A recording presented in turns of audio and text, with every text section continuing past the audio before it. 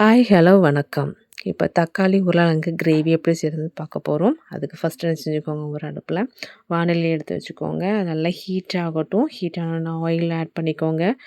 Oil கூட கடுகு, பெருஞ்சீரகம் அண்ட் கொஞ்சோண்டு காயம் ஆட் பண்ணிக்கோங்க. ஆட் பண்ணிவிட்டு அது கூட வெங்காயத்தை ஆட் பண்ணிக்கோங்க. வெங்காயம் குட்டி குட்டியாக என்ன செஞ்சுருக்கேன், சாப் பண்ணி வச்சுருக்கேன். அந்த வெங்காயத்தை என்ன செஞ்சுக்கோங்க, ஆட் பண்ணிட்டு நல்லா வதங்கட்டும். அந்த வெங்காயம் வதங்கும்போது மீன்வைல் கொஞ்சோண்டு மஞ்சள் ஆட் பண்ணிக்கோங்க.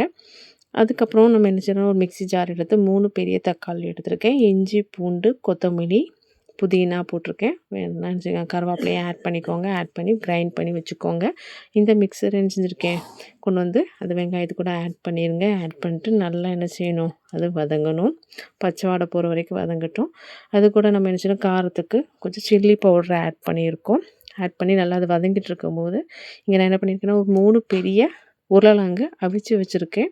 அவிச்சு தோல் உரித்து வச்சுருக்கேன். இந்த 3 உருளைக்கிழங்கையும் நல்லா மேஷ் பண்ண போகிறோம். மேஷ் பண்ணிவிட்டு என்ன செஞ்சிட்ருக்கோம் அப்படின்னா, இந்த கிரேவி கொதிச்சிட்ருக்கா, அந்த கிரேவியில் இந்த உருளைக்கிழங்க ஆட் பண்ணிடுங்க. சால்ட்டு கொஞ்சம் ஆட் பண்ணிக்கோங்க. ஆட் பண்ணிவிட்டு நல்லா என்ன செய்யுங்க, மிக்ஸ் பண்ணி விடுங்க.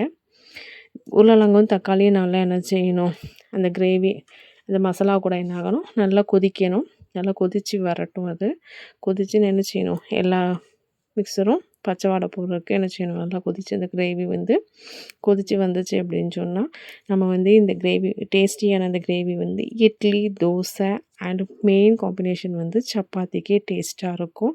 நீங்கள் வீட்டில் என்ன செய்யுங்க, ட்ரை பண்ணி பாருங்கள். இந்த கிரேவியை ட்ரை பண்ணி பார்த்துட்டு கமெண்ட் பண்ணுங்கள், ஷேர் பண்ணுங்கள், லைக் பண்ணுங்கள், சப்ஸ்கிரைப் பண்ணுங்கள். தேங்க்யூ.